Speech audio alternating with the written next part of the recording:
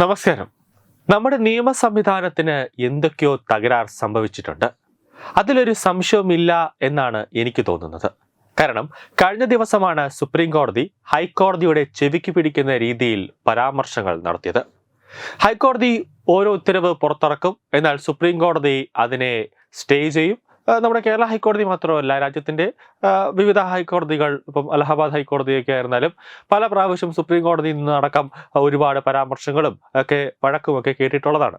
കൂടാതെ ഒരു ഹൈക്കോടതിയെ സംബന്ധിച്ചിടത്തോളം, നമ്മുടെ നീതിന്യായ വ്യവസ്ഥയെ സംബന്ധിച്ചിടത്തോളം ഒരു സിസ്റ്റമാറ്റിക് അല്ലാത്തതാണ് ഏറ്റവും പ്രധാനപ്പെട്ട കാര്യം. കാരണം ഇത്രയേറെ കേസുകൾ കൂടാനുള്ള കാര്യം, ഒരു വ്യക്തി ഒരു ഹർജി നമ്മൾ കൊടുക്കുന്നു, ആ ഹർജിയിൽ അതിനെതിരെ എന്തെങ്കിലും ജാമ്യമോ അല്ലെങ്കിൽ അതിലൊരു പരിഹാരം കാണേണ്ടത് ഹൈക്കോടതി അല്ലെങ്കിൽ താഴെത്തട്ട് മുതൽ തന്നെ ഒരു പരിഹാരം കണ്ടു കഴിഞ്ഞാൽ അത് മുകളിലേക്ക് പോവേണ്ട ആവശ്യം ഇല്ലായിരുന്നു. അവിടെ വച്ച് തന്നെ അതിനൊരു പരിഹാരം കണ്ടാൽ ഇത്രയേറെ കേസുകൾ പെൻഡിങ് വരില്ലായിരുന്നു. ഇവിടെ ഇപ്പോൾ കോടതിയിലേക്ക് ഒരു കേസ് കൊടുക്കുന്നു, കീഴ്ക്കോടതിയിൽ ഒരു കേസ് കൊടുക്കുന്നു, കോടതി അതിനെ തള്ളുന്നു, അപ്പോൾ മേൽക്കോടതിയിലേക്ക് പോകുന്നു, ഹൈക്കോടതി തള്ളുന്നു, പിന്നെ സുപ്രീം കോടതിയിലേക്ക് പോകുന്നു. അങ്ങനെ ഒരുപാട് സമയം ഇതിനു വേണ്ടി എടുക്കുന്നത് മാത്രമല്ല, അപ്പോഴൊക്കെ കോടതിക്ക് ഒരുപാട് സമയനഷ്ടങ്ങൾ വരുന്നു. ഒരുപാട് പ്രധാനപ്പെട്ട കേസുകൾ വിധി പറയാനായിട്ടുള്ളതിൽ ഒരു സമയങ്ങൾ അല്ലെങ്കിൽ ദിവസങ്ങളുടെ ഒരു മാറ്റം വരുന്നു. അങ്ങനെ ഒരുപാട് കേസുകൾ കെട്ടിക്കിടക്കുന്നു. അപ്പോൾ കോടതിയിലെ ജഡ്ജിമാർ എന്തൊക്കെയോ ഒരു നിയമങ്ങൾ പറയുന്നു, അല്ലെങ്കിൽ എന്തെങ്കിലുമൊക്കെ ഒരു ഉത്തരവ് പുറപ്പെടുവിക്കുമ്പോൾ സുപ്രീം കോടതി അതിനെ തടയുന്ന രീതിയിലേക്ക് വരുമ്പോൾ ഈ നീതിന്യായ സംവിധാനത്തെ ആര് നിയന്ത്രിക്കുന്നു എന്നൊരു ചോദ്യം സാധാരണഗതിയിൽ സോഷ്യൽ മീഡിയയിലടക്കം ജനങ്ങൾ ഒരുപാട് കാലങ്ങളായി ഉന്നയിക്കുന്നതാണ്. നിലവിൽ ഈ മാസം പമ്പയിൽ നടക്കുന്ന അയ്യപ്പ സംഗമത്തിൽ കല്ലുകടി ഉണ്ടാകുമെന്നതിൽ സംശയമില്ല. കാരണം വലിയ ഒരു പ്രതിഷേധം ഉൾപ്പെടെ ഉയരുന്നുണ്ട്. ഹൈക്കോടതി ഇപ്പോൾ അനുമതി നൽകിയിരിക്കുകയാണ് പമ്പയിൽ അയ്യപ്പ സംഗമം നടത്താനായിട്ട്. പക്ഷേ എന്തിനാണ് ഹൈക്കോടതി അനുമതി നൽകിയത്? കാരണം പമ്പാ നദി തീരപ്രദേശം പരിസ്ഥിതി ലോല മേഖലയാണ്. അതുകൊണ്ട് തന്നെ അവിടെ ഒരു തരത്തിലുമുള്ള പരിപാടികളും വേണ്ട എന്ന് ഹൈക്കോടതിയുടെ നിർദ്ദേശം ലംഘിക്കുന്ന രീതിയിലാണ് ഇപ്പോൾ നടക്കാൻ പോകുന്നത്. ഇതെല്ലാം തടയണമെന്ന് ആവശ്യപ്പെട്ടാണ് സുപ്രീം കോടതിയിൽ ഹർജി നൽകിയിരിക്കുന്നത്. ഡോക്ടർ PS മഹേന്ദ്രകുമാർ നൽകിയ ഹർജിയിൽ പരിപാടി രാഷ്ട്രീയ ലക്ഷ്യത്തോടെ ഉള്ളതാണെന്നും ദേവസ്വം ബോർഡുകളെ രാഷ്ട്രീയവത്കരിക്കുകയാണെന്നും പറയുന്നുണ്ട്. ആഗോള അയ്യപ്പ സംഗമം തടഞ്ഞില്ലെങ്കിൽ ഭാവിയിൽ സർക്കാരുകൾക്ക് മതസംഗമങ്ങളുടെ പേരിൽ രാഷ്ട്രീയ പരിപാടികൾ നടത്താൻ കഴിയുമെന്നും ഇദ്ദേഹം ചൂണ്ടിക്കാട്ടുന്നു.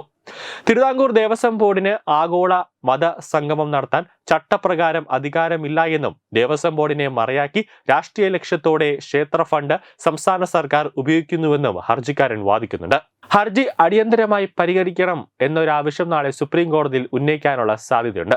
നേരത്തെ പമ്പാ തീരത്തെ അയ്യപ്പ സംഗമത്തിന് ഹൈക്കോടതി അനുമതി നൽകിയിരുന്നു. അതിനെ തടയാനാണ് സുപ്രീം കോടതിയിൽ ഹർജി നൽകിയിരിക്കുന്നത്. ദേവസ്വം ഫണ്ട് ദൈവത്തിന് അവകാശപ്പെട്ടതാണ്. ദേവസ്വം ഫണ്ട് രാഷ്ട്രീയ ലക്ഷ്യങ്ങൾക്കോ പ്രചാരണങ്ങൾക്കോ വിനിയോഗിക്കാൻ പാടില്ല എന്നതും പമ്പാ നദിയുടെ തീരപ്രദേശം പരിസ്ഥിതി ലോല മേഖലയാണ്. അവിടെ അയ്യപ്പ സംഗമം നടത്തുന്നത് ഹൈക്കോടതി പുറപ്പെടുവിച്ചിട്ടുള്ള മുൻ നിർദ്ദേശങ്ങളുടെ ലംഘനമാണെന്നും ഹർജിയിൽ ചൂണ്ടിക്കാട്ടുന്നുണ്ട്. വ്യവസ്ഥകൾക്ക് വിധേയമായാണ് സംസ്ഥാന സർക്കാരിനും ദേവസ്വം ബോർഡിനും ആഗോള അയ്യപ്പ സംഗമം നടത്താൻ ഹൈക്കോടതി അനുമതി നൽകിയത്. ഇത് സംബന്ധിച്ച മാർഗനിർദ്ദേശങ്ങൾ ദേവസ്വം ബെഞ്ച് പുറപ്പെടുവിച്ചിട്ടുണ്ട്. പമ്പയുടെ പരിശുദ്ധി പൂർണ്ണമായി കാത്തു സൂക്ഷിച്ചുകൊണ്ടാകണം പരിപാടി നടത്തേണ്ടത്.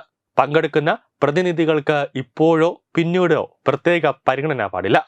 സ്പോൺസറിംഗ് അടക്കം സാമ്പത്തിക ഇടപാടുകൾ സുതാര്യമായിരിക്കണം.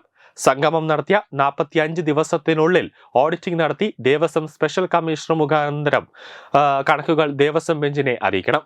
സാധാരണ തീർത്ഥാടകർക്ക് യാതൊരു ബുദ്ധിമുട്ടും ഉണ്ടാക്കരുതെന്നും ഇക്കാര്യം സർക്കാരും തിരുവിതാംകൂർ ദേവസ്വം ബോർഡും ഉറപ്പുവരുത്തണമെന്നും ഡിവിഷൻ ബെഞ്ച് നിർദ്ദേശം നൽകിയിട്ടുണ്ട്.